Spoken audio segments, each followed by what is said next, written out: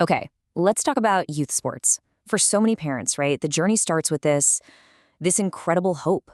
You're not just signing your kid up for a game, you're investing in life lessons, things like teamwork, discipline, resilience. But what happens when that whole investment starts to go bad? Let's dive in and take a look. I mean, you have this picture in your head, right? You see them learning how to win gracefully, how to lose with some dignity. You imagine them making new friends, pushing their own limits, maybe even finding a real passion.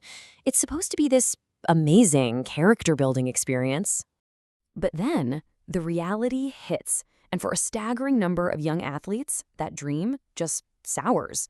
The joy, it gets replaced by this constant grinding pressure. That love for the game turns into dreading practice, and all that hope you started with, it's gone, replaced by anxiety and just pure exhaustion. And this leaves so many of us asking the exact same question. Is this just the price of competition? Do we have to accept this? Or is there a fundamentally better way to coach our kids? A way to build up their skills, their confidence, without completely crushing their spirit and their love for the sport? So, the material we're digging into today really points to one core problem, what it calls the pay-to-play pressure cooker. You know what I'm talking about. It's this environment where kids have to specialize super early, and there's just this relentless focus on winning, no matter what. It creates, like, the perfect storm for burnout. And the signs, they're just unmistakable. We're talking about kids with chronic anxiety before a game, kids who are just emotionally spent. You see that feeling where practice stops being fun and just becomes a chore? When the demand to win completely takes over the joy of actually playing? Well, the whole point gets lost, doesn't it? So, the big question is, how do we fix this? Well, the answer seems to be in a complete shift in perspective. It's about adopting what the source here calls the marathon mindset. And this is really rooted in how actual professionals approach their own development. It's a totally different game. Now, this is really interesting because it lays out the two paths so clearly. On one hand, you've got the typical youth league. It's a sprint, it's all about the win-loss record. And the motivation? It's often fear. Fear of messing up, fear of letting the team down. But then you have the pro mentorship model, which is a marathon. Here, the focus is all about slow, deliberate skill building. And the motivation is intrinsic. It's about you competing against the person you were yesterday. The results? They could not be more different. And this quote, wow, it just brilliantly sums up the power of real, authentic mentorship. Think about it. A professional athlete has this undeniable credibility. So when they stand in front of a kid and admit to their own losses, their own fears, it completely reframes the goal. Suddenly, it's not about pretending you're not scared. It's about learning how to manage that fear.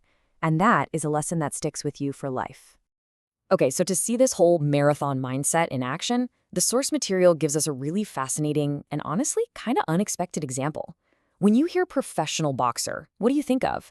Probably raw, grueling combat, right? But the reality of elite training is the total opposite. Amateurs just brawl. Professionals, they use their brain. The whole philosophy is actually built around this idea of non-violent training. It's about treating the sport like it's high-speed chess. The goal isn't to just take a beating, no way. It's to use your intelligence, your strategy, and your technique to control the whole situation. The guiding principle is so simple but so profound. Hit and don't get hit. And safety here is absolutely everything. I mean, we're talking about an almost obsessive attention to detail, spending weeks just to perfect a single pivot or a slip. And this is critical. Beginners do not spar, period. First, they have to master the fundamentals on bags and mitts, all while following super strict safety guidelines made to protect growing bodies and brains. But this goes way beyond just the physical stuff. This approach also gives teens a powerful tool for something almost every single one of them struggles with, trying to manage those huge, chaotic emotions. So, check this out. Think of the heavy bag not as something you just punch out of anger, but as a tool for a kind of moving meditation. It all starts with your breath, which anchors you in the present moment. From there, you learn to take all that raw emotion and convert it into pure laser-like focus. This can actually get you into a flow state, where all the noise from anxiety and stress just fades away. It's like a massive neurological reset. And this is the core transformation right here. It's not about bottling up your emotions or suppressing them. It's about channeling them. The kids learn that true power doesn't come from just raw rage. It comes from a calm mind and a disciplined spirit.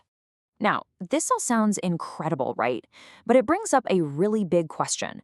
Who actually gets access to this kind of elite mentorship? And that leads us to the final and maybe the most important piece of this whole puzzle.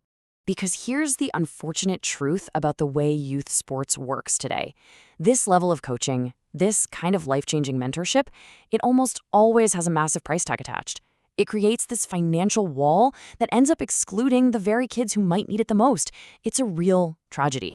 But the Equal Chance Boxing Foundation, which is the case study in our source material, it's built on a completely different model. When they say 100% free, it's not just a nice slogan. It means world-class coaching. It means access to a professional facility.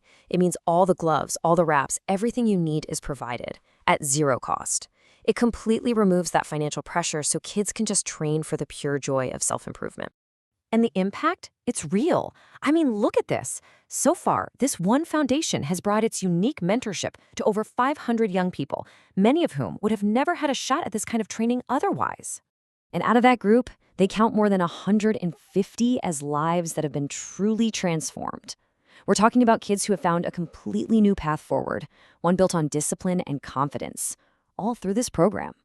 But this right here, this is the number that really blew my mind. A 95% completion rate. Think about that. In a world where burnout is so common and kids are quitting sports left and right, a number like that is it's a powerful testament to a program that builds kids up instead of wearing them down. So at the end of the day, what this example really shows us is a model that is so much more than just another sports league. It's a totally different way of thinking about youth development. It's a mentorship experience that is designed first and foremost to build character. And that really leaves us with a final thought, a big question to consider. What if the true purpose of youth sports isn't just about winning games? What if it's about building character that lasts a lifetime? If we measured success not by trophies on a shelf, but by the resilience, the discipline, and the confidence our kids carry with them long after they've left the field or the ring, what would youth sports even look like then?